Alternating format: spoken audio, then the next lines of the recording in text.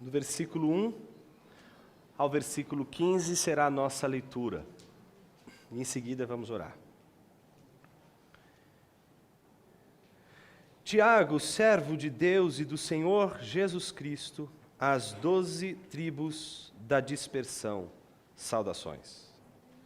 Meus irmãos, considerai motivo de grande alegria o fato de passardes por várias provações, sabendo que a prova da vossa fé produz perseverança, e a perseverança deve ter ação perfeita, para que sejais aperfeiçoados e completos, sem vos faltar coisa alguma. Se algum de vós tem falta de sabedoria, peça a Deus que a concede livremente a todos, sem criticar, e lhe será dada. Peça, porém, com fé, sem duvidar, pois quem duvida é semelhante à onda do mar, movida e agitada pelo vento. Tal homem não deve pensar que receberá do Senhor alguma coisa, pois vacila e é inconstante em todos os seus caminhos. Mas o irmão de condição humilde deve gloriar-se na sua alta posição e o rico na sua humilhação, porque passará como a flor silvestre. Pois o sol se levanta em seu ardor e seca a relva, então a sua flor cai e a sua beleza desaparece. Assim também o rico murchará em seus caminhos. Feliz é o homem que suporta a provação com perseverança, porque depois de aprovado, receberá a coroa da vida que o Senhor prometeu aos que o amam. Quando tentado, ninguém deve dizer, sou tentado por Deus, pois Deus não pode ser tentado pelo mal e a ninguém tenta. Mas cada um é tentado quando atraído e seduzido por seu próprio desejo. Então, o desejo, tendo concebido, dá à luz o pecado, e o pecado, após se consumar, gera a morte. Oremos. Senhor Deus, fala conosco através da Tua palavra, pela iluminação do Teu Espírito. Que na iluminação do Teu Espírito possamos compreender o que o texto diz e descobrir a centralidade do Evangelho de Cristo Jesus, anunciada por Ele a nós hoje, no lugar onde nos encontramos. Nos abençoe, assim oramos, em nome de Teu Filho Jesus. Amém. Qual Tiago escreveu a epístola de Tiago? Tiago, filho de Zebedeu, irmão de João, que segundo Atos 12, foi decapitado a mando de Herodes? Ou foi Tiago, filho de Alfeu? Poderia ter sido Tiago menor. Ou quem sabe, Tiago, pai de Judas? Mas por que Tiago, o irmão menor de Jesus? Ou o irmão de Jesus? Ou o meio-irmão de Jesus? Parece que muitos estudiosos, ancorados não só na sua pesquisa, mas também na grande tradição da igreja, parecem enxergar que o único autor plausível para esta epístola seja exatamente Tiago, o irmão de Jesus, ou o meio-irmão de Jesus, como alguns preferem chamar.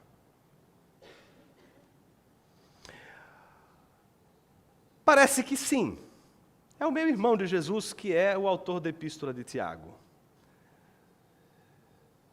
Mas o que valeria a pena brigarmos para sabermos quem de fato é o autor de Tiago? Há alguns relatos sobre Tiago, o meio-irmão de Jesus, que são interessantíssimos. Um deles, talvez o mais antigo e o mais importante, é encontrado numa das fontes da história da igreja mais importantes, fonte primária, que é o famoso História Eclesiástica ou História da Igreja de Eusébio de Cesareia.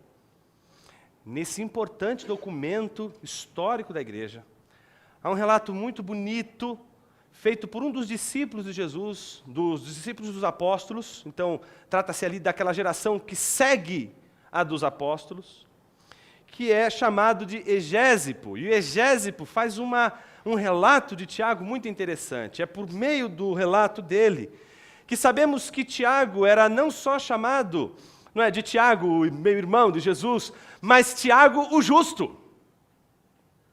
Ele conta que Tiago, ele era o bispo da igreja de Jerusalém, foi eleito o primeiro pastor daquela igreja.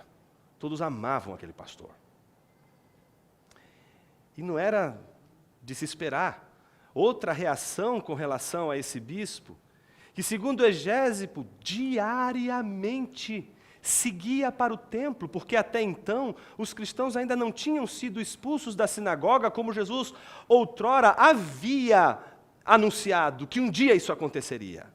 E indo ao templo todos os dias, Tiago o justo, Tiago, meu irmão de Jesus, dobrava os seus joelhos e passava horas e horas e horas e horas orando, pedindo perdão a Deus, pelos seus pecados, pelos pecados da sua igreja, pelos pecados da nação. Egésipo diz que os joelhos de Tiago eram tão machucados pelo tempo de oração que ele gastava ali, que eles pareciam os joelhos de um camelo. Tiago, o joelho de camelo. Era um homem de oração, era um homem que amava a igreja, e era um homem comprometido com o Evangelho. Tão comprometido que os judaizantes da época, em especial a classe dos sacerdotes e dos fariseus, entraram no embate com Tiago, pedindo que Tiago voltasse atrás nas suas declarações sobre Jesus como sendo exatamente a figura que realiza a missão do Messias tão esperado pela nação. Mas Tiago, comprometido com a veracidade do Evangelho, comprometido com a verdade do Evangelho, não pestanejou, continuou anunciando o Evangelho, pelo que foi condenado pelos sacerdotes e fariseus ao apedrejamento. Arrastaram Tiago ao telhado do templo, cerca de 30 metros de altura, e jogaram ele lá de cima. Por incrível que pareça, ele não morreu, mas estava muito machucado, desvanecido. Mas sabe o que ele fez? O que ninguém esperava. Ele se vira e, com aqueles joelhos de camelo, dobra novamente os seus joelhos. E enquanto ele ora, dizendo: Pai, não imputes sobre eles o pecado que ora cometem, mas usando as mesmas palavras de Jesus, perdoa-lhes, porque não sabem o que fazem. Enquanto dizia isso, as pedras vinham de todos os lados, acertavam todas as partes do seu corpo, cortavam sua carne, até que do meio da turba surge um lavadeiro, que tinha um bastão na sua mão. O bastão que ele usava para bater roupa, é o bastão que ele usou para bater em Tiago, até o seu último suspiro. E foi assim que Tiago morreu. Que impressionante. Não o fato de alguém passar por provação, não o fato de alguém passar por uma dificuldade tão terrível. Que impressionante alguém orar numa hora como essa. De onde vem isso? De onde vem essa força? De onde vem essa consciência? De onde vem essa vontade de, na hora em que tudo está virado do avesso, onde não há mais esperança, o sujeito ora? Não há como a gente ler passagens como essa da história de Tiago e não lembrar, por exemplo, de um dos heróis da sabedoria bíblica, que é Jó. A Bíblia diz em Jó, capítulo 1, versículos 20 a 22, que Jó, no momento em que tornou-se ciente de toda a desgraça que havia caído sobre sua casa, sobre seus filhos, sobre seus bens, a Bíblia diz que ele dobrou os seus joelhos, ele orou a Deus e não imputou a Deus culpa alguma. De onde vem isso? De onde vem essa força? De onde vem essa vontade? De na hora da tribulação, de na hora da provação, na hora daquilo em que a gente não espera, que é o imponderável, que é o inesperado, aquilo que não está no nosso plano, aquilo que quebra o nosso plano e que nos coloca em situações extremamente complicadas na vida, o que é que nestas horas nos faz dobrar os joelhos para orar? E mais, o que nos faz orar, mesmo sabendo que nossas orações não vão nos livrar, como foi o caso, por exemplo, de Jesus, que antes de entregar seu corpo para ser dilacerado na cruz, dobrou os seus joelhos e no jardim das aflições orou, mesmo sabendo que não poderia dizer: Pai, livra-me desta hora, porque sabia que foi para isto que ele veio. De onde vem isso? É sobre isso que a gente vai falar hoje. Esse texto que a gente acabou de ler, ele é fruto de uma reflexão de Tiago. Não sabemos se é Tiago, o irmão de Jesus. Eu acredito que seja. Eu acredito que a grande tradição da igreja tem razão. Eu acredito que os estudiosos têm razão quando dizem que não poderia ser o apóstolo de Jesus, exatamente porque ele morre numa situação muito antes daquela situação prevista em tudo aquilo que a carta de Tiago vai apresentar e conforme a gente vai ver ao longo dessas exposições neste livro. Mas independentemente de sabermos se é Tiago ou não, uma coisa a gente precisa saber, que a pessoa que escreveu essa carta, o autor desta carta, era alguém que sabia muito bem o que significa provação. E ele orquestra toda a sua reflexão com base na consciência da sua experiência sobre o que é a provação na vida daqueles que foram alcançados pelo Evangelho. Quando a gente lê essa carta, a primeira coisa que a gente descobre é que o autor Tiago escreveu para uma igreja marcadamente constituída de judeus que se convertem ao cristianismo, mas eles estão enfrentando uma espécie de provação, uma espécie de dificuldade. E ao que tudo indica, eles não estão sabendo lidar muito bem com isso. Eles estão passando por provações, mas os seus joelhos não estão dobrando. Eles estão passando por aflições, mas eles não estão crendo no Senhor. Eles estão passando por tribulações, mas eles não oram. Eles estão passando por tribulações, mas falta-lhes sabedoria, porque a sabedoria que lhes falta não é a sabedoria que os leva a entender que Jesus Cristo fez tudo por eles, mas a sabedoria que os deveria fazer entender como reagir diante do mal, do dia não esperado. Ações refletem planejamento, como diz Ronaldo Lidório, mas só reações podem ser capazes de refletir caráter. Se você quer conhecer alguém, não conheça alguém com base em seus planejamentos, porque está tudo orquestrado. Se você quer saber alguém, quem é alguém, você só vai descobrir quem é este alguém no imponderável. Quando algo fora do script acontece, e aí o que aflora é a natureza. É na hora da provação de nossas vidas que você descobre quem você é, que você descobre que tipo de pessoa você é.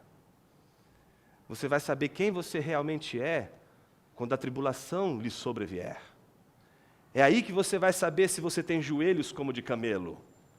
É aí que você vai saber se realmente na hora da provação há espaço na tua vida para reagir de forma sábia. A propósito, a gente está falando de sabedoria. E quando a gente fala de Tiago, e interpretar Tiago, não é um livro tão fácil assim. pelo menos tem o problema dos dois Martinhos. Você já viu, não o Martim que está aqui entre nós, mas os dois Martinhos da história da teologia, o Martinho Lutero e o Martim de Bellius.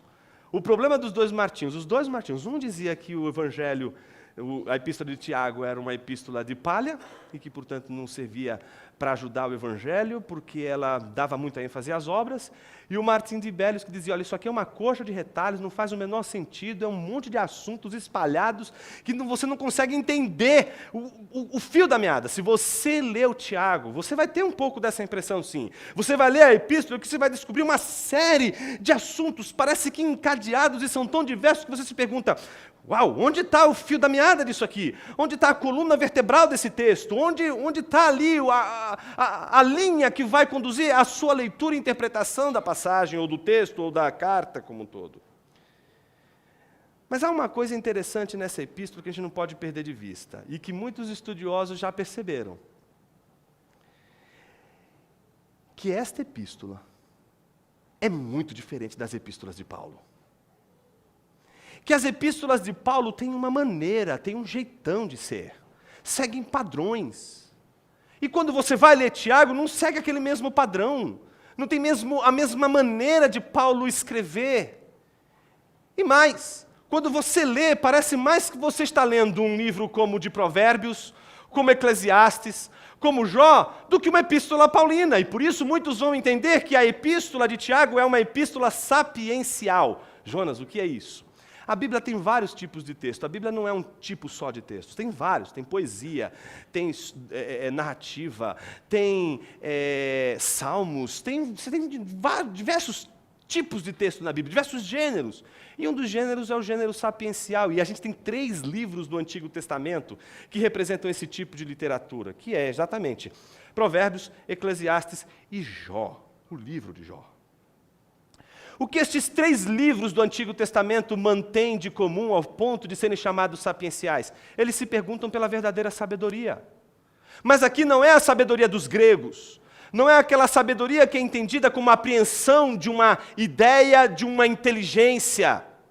Mas aqui se trata da sabedoria prática, se trata da frônese, se trata da prudência, se trata da sabedoria que tem implicação nas reações com relação ao imponderável, com relação àquelas situações da vida que são aparentemente contraditórias. Então, os livros sapienciais são aqueles que têm como tema o problema da sabedoria. Por isso você vai ver no livro de Jó uma preocupação enorme sobre a sabedoria, o que é a sabedoria. Em Provérbios a mesma coisa, Eclesiastes a mesma coisa. E parece que em Tiago vemos também a mesma coisa, só para você ver e perceber isso no próprio texto. Abra sua Bíblia, por exemplo, em Jó capítulo 28.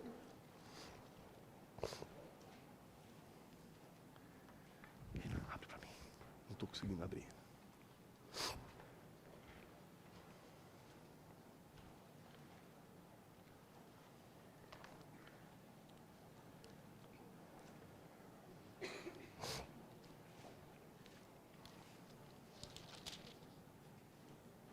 Veja só o que diz os versículos de 12 a 28.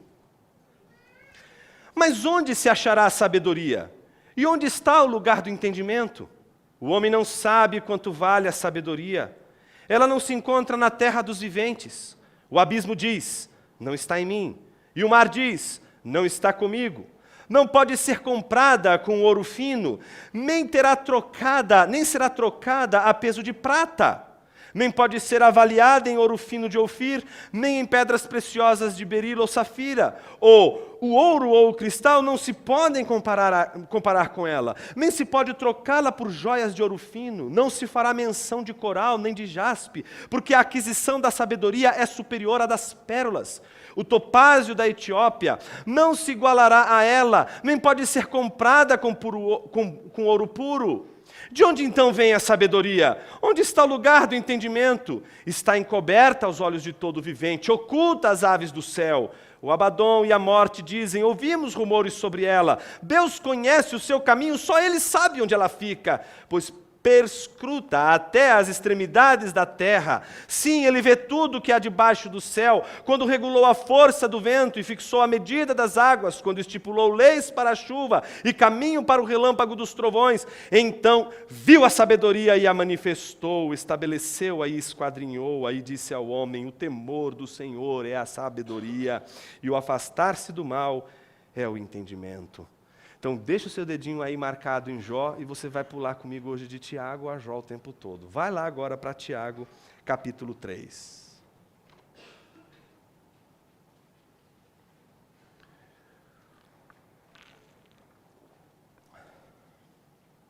Tiago, capítulo 3. Versículo 13 em diante diz assim: quem entre vós é sábio e tem conhecimento, mostre suas obras pelo seu bom procedimento em humildade de sabedoria. Mas não vos orgulheis nem mintais contra a verdade, se tendes inveja amarga e sentimento ambicioso no coração. Essa não é a sabedoria que vem do alto, mas é terrena, animal e demoníaca. Pois onde há inveja e sentimento ambicioso, aí há confusão e todo tipo de práticas nocivas. Mas a sabedoria que vem do alto é, em primeiro lugar, pura, depois pacífica, moderada, tratável, cheia de misericórdia, de bons frutos, imparcial e sem hipocrisia. Veja que o livro de Tiago, a carta de Tiago, ela pode ser, sim, chamada de uma carta sapiencial, porque ela também tem como tema principal saber quem é o sábio. E a pergunta que vai nortear toda a epístola é exatamente essa: quem entre vós é sábio? Sábio não segundo as obras da terra, que consideram sábios aqueles que apenas têm o entendimento, mas aqueles que, detendo a sabedoria que vem do alto, têm condições de mostrar no mundo da vida, na relação com o imponderável, no dia da provação, no dia da tribulação, a sabedoria. Quero me dirigir, portanto, nessa noite àqueles que buscam sabedoria para reagir bem ao imponderável.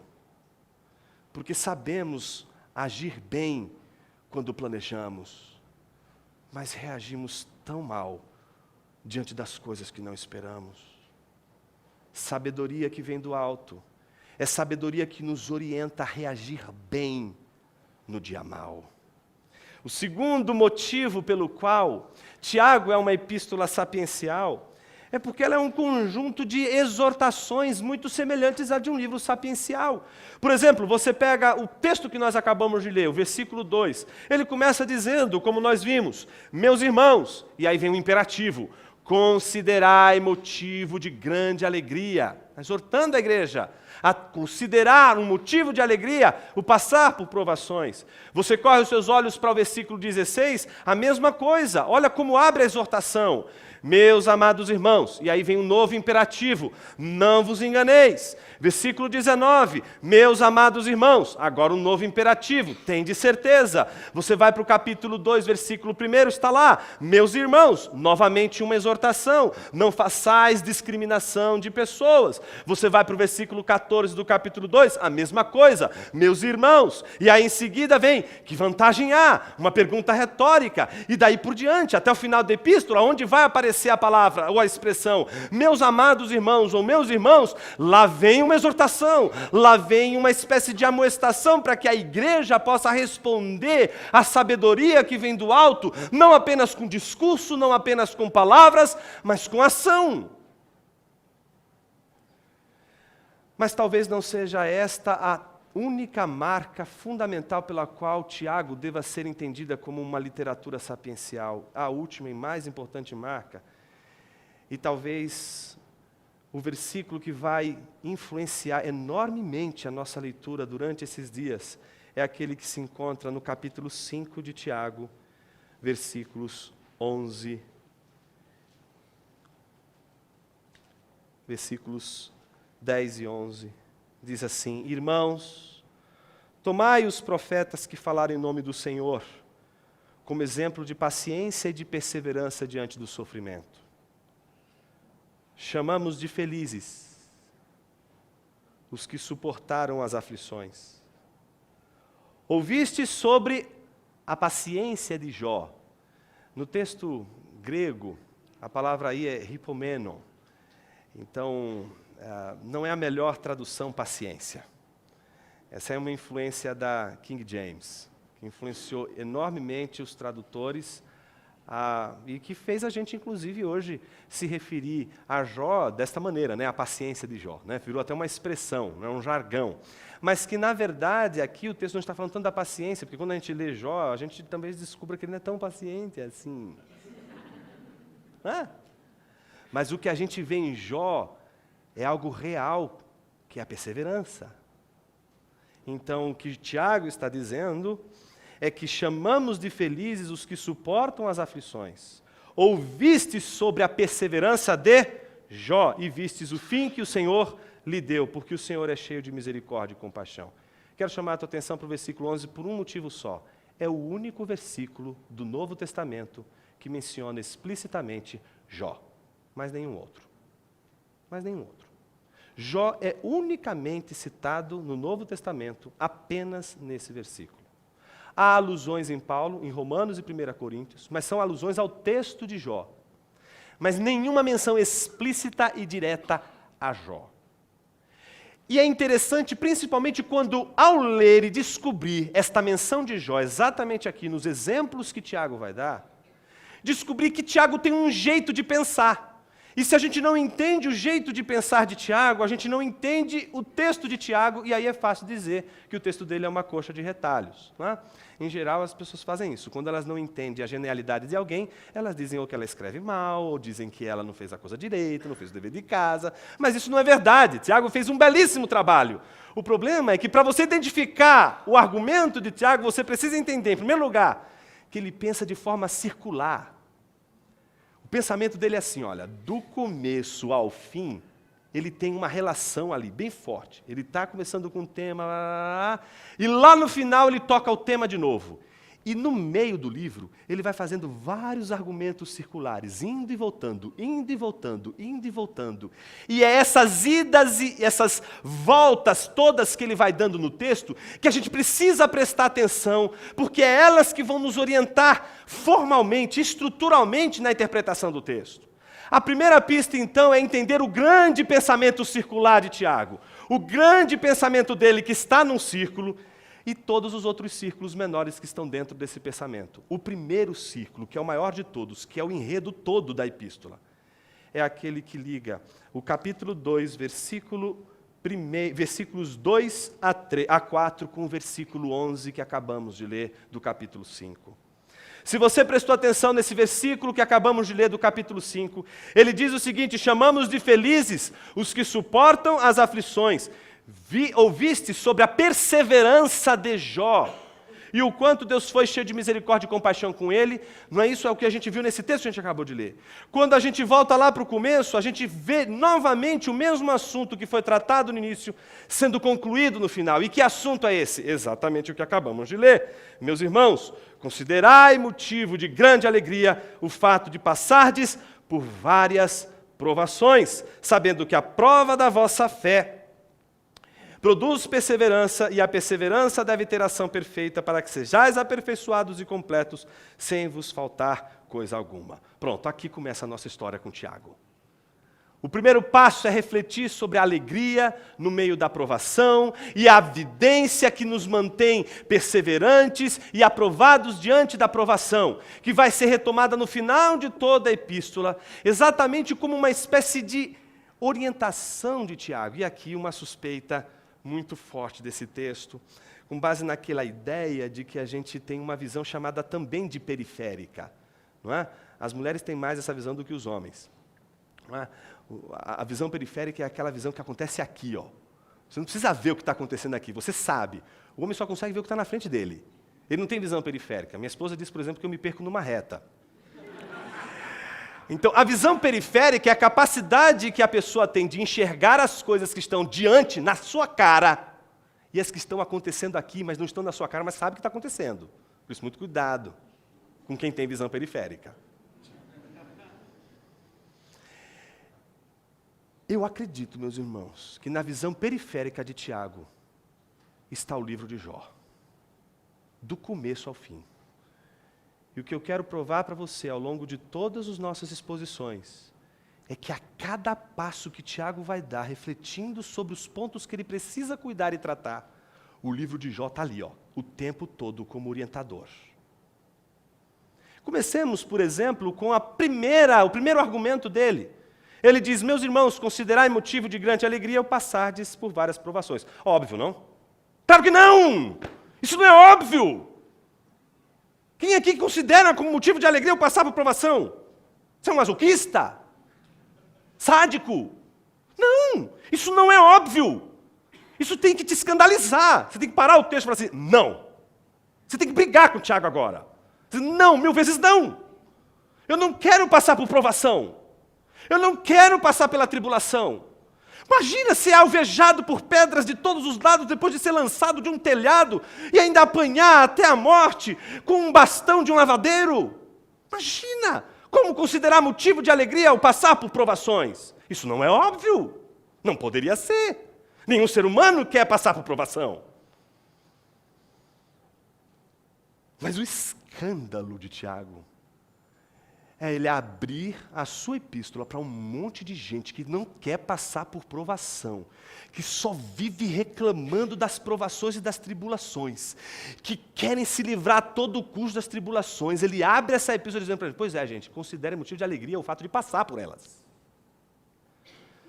O pastor que começasse uma igreja com um sermão desse, talvez não teria um longo exercício nessa igreja. Ou não, porque depende da igreja. O curioso é que tudo muda de figura quando a gente entende que talvez, na visão periférica de Tiago, não esteja somente um livro de sabedoria como Jó, mas esteja o maior de todos os sermões pregados na face da terra. O sermão pregado por aquele que se fez carne, o Deus encarnado, o Sermão da Montanha, que começa o sermão dizendo: felizes, alegres, macários, usando a mesmíssima palavra. Felizes os que são humilhados, felizes os que são injustiçados, felizes os pobres de espírito, felizes os injustiçados. É assim que o sermão de Jesus começa. Mas que felicidade é essa? Não é eudaimonia. Os gregos tinham uma palavra para felicidade, e essa palavra era eudaimonia.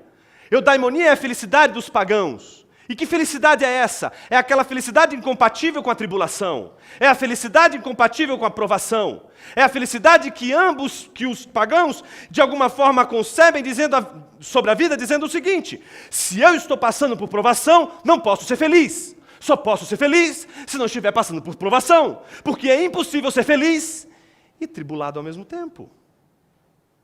A eudaimonia é uma espécie de utopia da felicidade, postergada para um futuro, como uma espécie de busca o tempo todo, na esperança de que um dia, esse momento de ausência, de total sofrimento vai chegar. Mas a felicidade de Cristo Jesus não é eudaimonia. Não é a felicidade plena.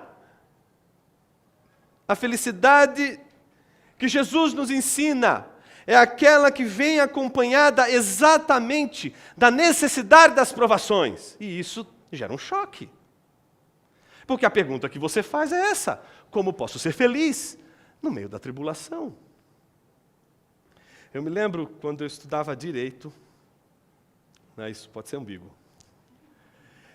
Um professor de teoria geral do Estado, agnóstico, ele tinha feito a seguinte afirmação: não existe felicidade plena. Eu era moleque na época, e moleque não tem muita assim, ele fala o que não deveria falar. Ele não é cínico, ele é menos cínico, ele é mais descarado.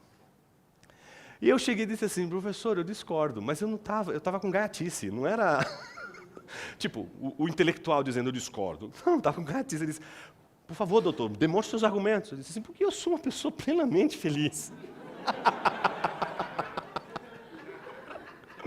Para minha sorte, tocou o sinal na hora.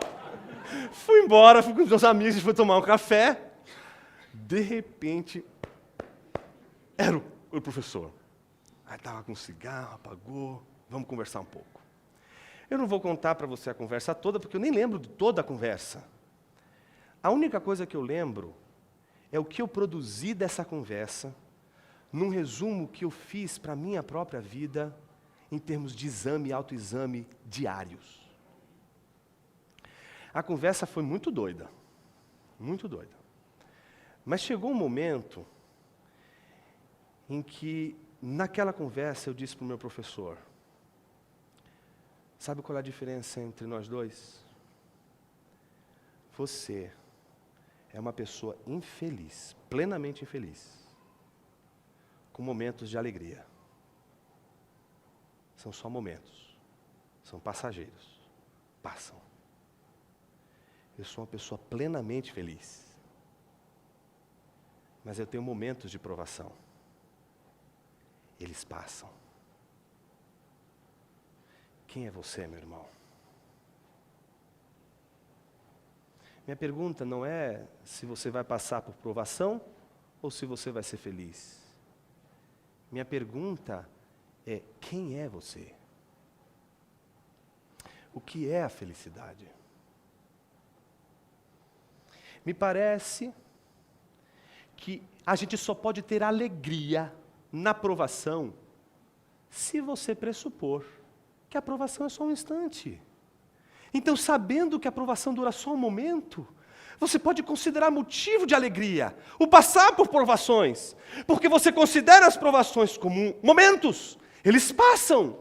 Mas se sua vida for o inverso, se sua vida for marcada por uma tristeza profunda, por uma completa distopia, por uma completa separação, ruptura com tudo que é de mais incrível neste mundo, que é Deus e sua palavra, como você poderá ter esperança de que um dia a aprovação vai passar, se a sua vida é a aprovação? E se o que você experimentou até hoje só são picos de alegria, momentos de felicidade que num dia vem e no outro vai embora? Então, quando Tiago diz, considerai motivo de grande alegria o fato de passardes por provações, Tiago está de olho em pessoas que entenderam muito bem que a provação nunca é eterna, que a provação nunca é a palavra final, que a provação nunca é o fim, que a provação não representa a derrota, que a provação não representa absolutamente o fim das nossas vidas. O problema é que na hora da provação, a maneira como a gente reage vai revelar quem nós somos. Como você reage à provação, você vai responder à pergunta: quem é você? É como se na hora da provação tivéssemos diante de um tribunal e tivéssemos que dar a prova da nossa fé. E qual é a prova da nossa fé na hora da tribulação? Perseverança. Perseverança. A palavra hipomenon, perseverança, é andar sob. É como uma imagem de alguém carregando uma cruz. Então, alguém que persevera é alguém que, carregando um peso, sabendo que tem que ir de uma posição X a uma posição Y, vai carregando esse peso até a posição Y. E ele vai até o final. Isso é perseverar. Perseverar é andar sob um jugo e carregar esse jugo até o fim. Ele tem um começo e ele tem um fim. A perseverança, portanto, é a experiência daquele que no começo da tribulação, que dura um instante, permanece debaixo dela, até o fim dela, perseverando, crendo, confiando em Deus, sabendo que Deus sabe todas as coisas, mesmo que você não entenda todas as coisas, mesmo que você não entenda o porquê de tanto sofrimento e de tanta provação. O texto é interessante porque ele vai encadeando, parece que 4 elementos. Não é? Considerai motivo de alegria, passardes por provação, não é? Entendendo que a vossa fé produz uma prova, é a aprovação disso, né? A ideia de que você foi confirmado. E essa confirmação, ela está manifesta exatamente na perseverança. Então, a alegria, a provação, a própria A aprovação e a perseverança são esses 4 elementos que Tiago está trabalhando nesse início da epístola. E ele vai contrapor com o seguinte: por quê? Ele está fazendo uma pergunta. E a pergunta é: quem entre vós é sábio? E a primeira pista para sabermos quem é uma pessoa sábia é a perseverança. Sábio é aquele que considera motivo de alegria passar por provações, provando pela sua fé em Deus a sua perseverança.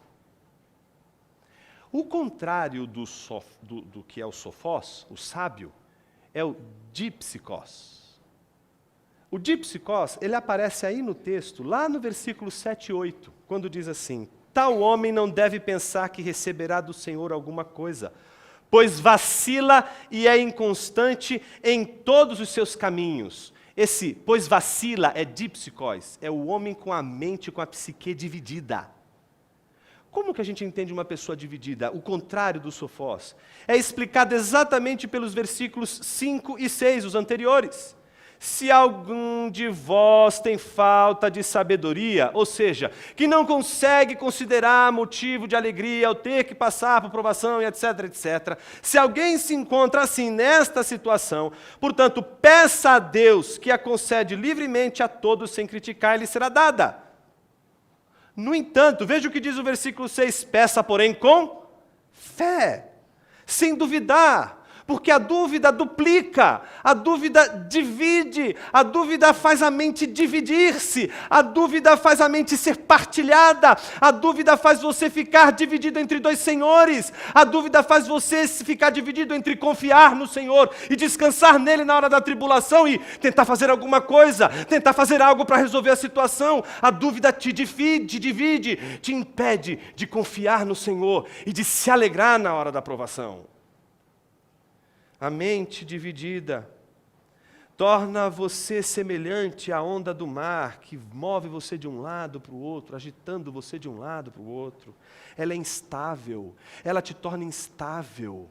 A sabedoria que vem do alto, a sabedoria que torna alguém sábio, é aquela que faz alguém constante, é aquela que faz alguém perseverante, é aquela que faz alguém debaixo da aprovação permanecer debaixo dela até o fim, sabendo que a aprovação vai passar. A não ser que você entenda que a aprovação é eterna. A menos que você entenda que a sua vida inteira é uma aprovação. Mas algo acontece no texto engraçadíssimo. Você percebeu do que a gente está falando? O sábio e o não sábio. O sofós e o dipsikos. Aquele que tem a mente íntegra e aquele que tem a mente dividida. Dali a pouco, no versículo 9, o que aparece? Mas o irmão de condição humilde deve gloriar-se na sua alta posição. Você fala assim, puxa vida, como assim? Está entendendo? Você fica perguntando, de onde veio isso aqui? Só vai fazer sentido esse texto se antes dele você lembrar uma passagem importantíssima que está em Jó capítulo 14.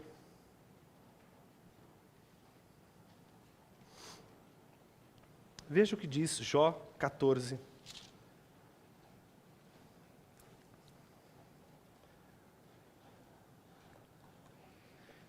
Versículos 1 e 2.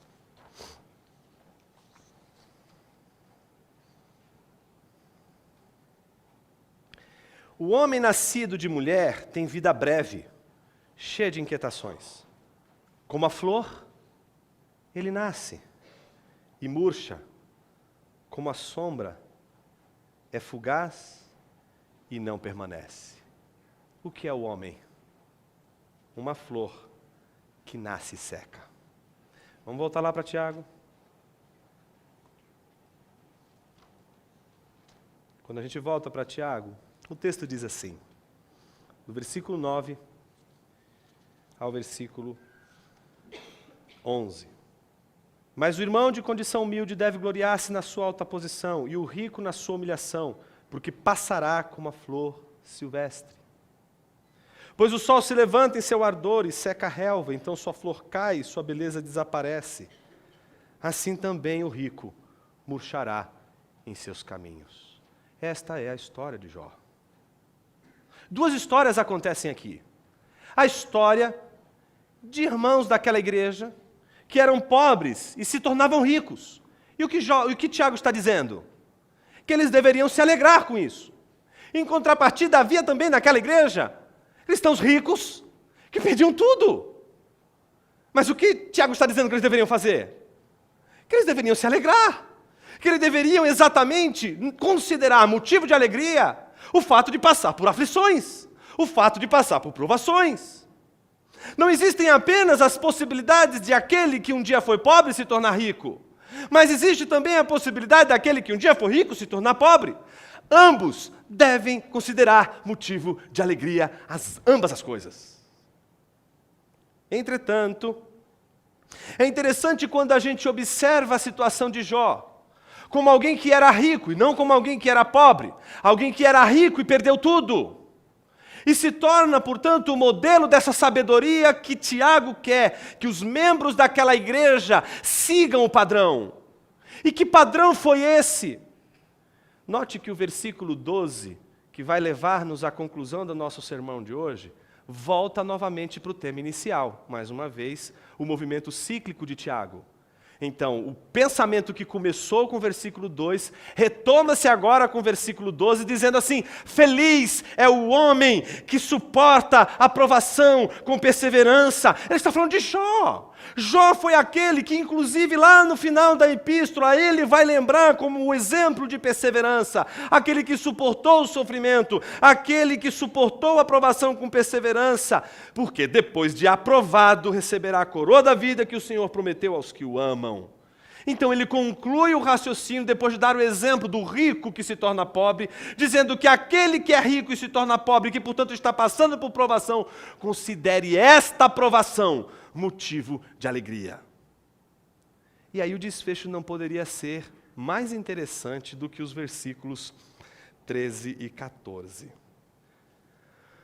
Quando tentado, que palavrinha é essa que aparece agora?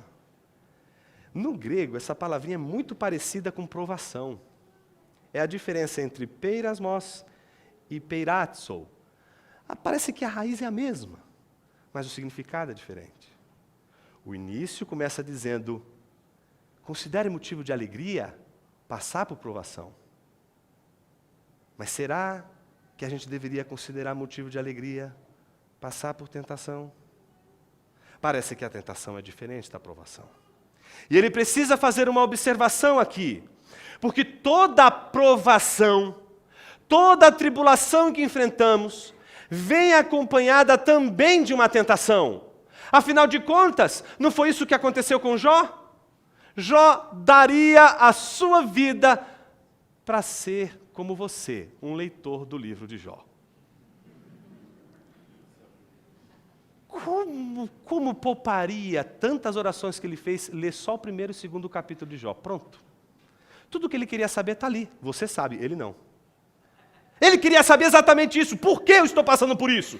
Você está passando por isso porque um dia Satanás, no meio dos filhos de Deus, apareceu. E Deus, não foi Satanás que provocou, foi Deus que provocou Satanás. Diz assim: observaste o meu servo Jó, homem íntegro, fiel. Mas tudo bem, ele é fiel porque você cerca ele de bênçãos, porque ele é rico, ele é próspero, ele é o teu queridinho. Experimenta tirar tudo o que ele tem para ver se ele não blasfema contra ti na tua face. O que está em jogo ali não é dinheiro não, gente. O pessoal da teologia da prosperidade estraga o texto. Não tem nada a ver com prosperidade ali. O que tem a ver ali é a capacidade do homem amar a Deus. Se você for a fundo naquele texto, você vai descobrir que é como se Satanás estivesse dizendo a Deus o seguinte: você criou o homem de uma tal maneira que ele só pode te amar por causa das bênçãos que você dá. Você não sabe o que é ser amado por nada.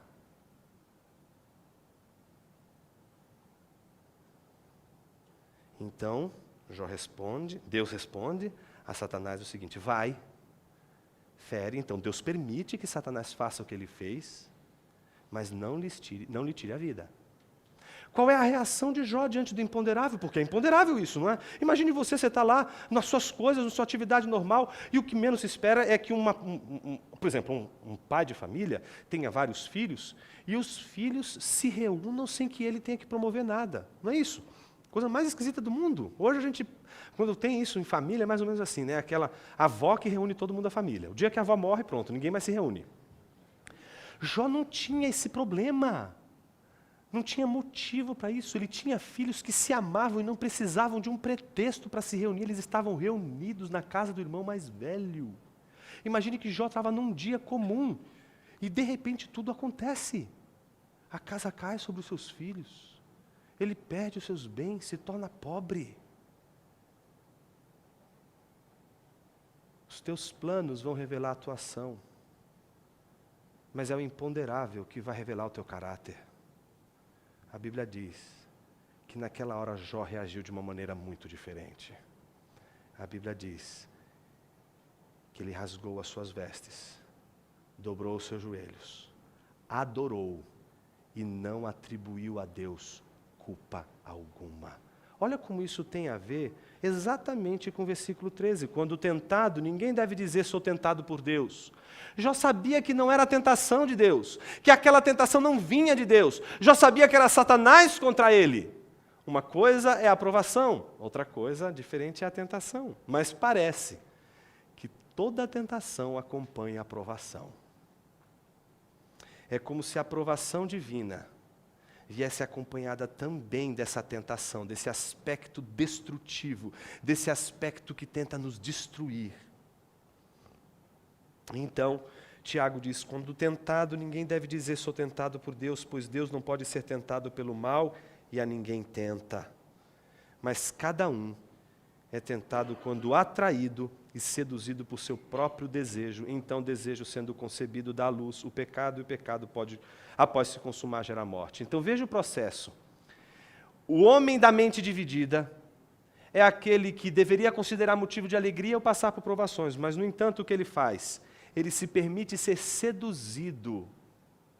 Ele permite ser atraído. Isso está exatamente no versículo 14. E quando ele é atraído e seduzido pelo seu próprio desejo, o seu próprio desejo produz, como que desse luz ao pecado. Exatamente aquilo que representa o abandono da confiança em Deus.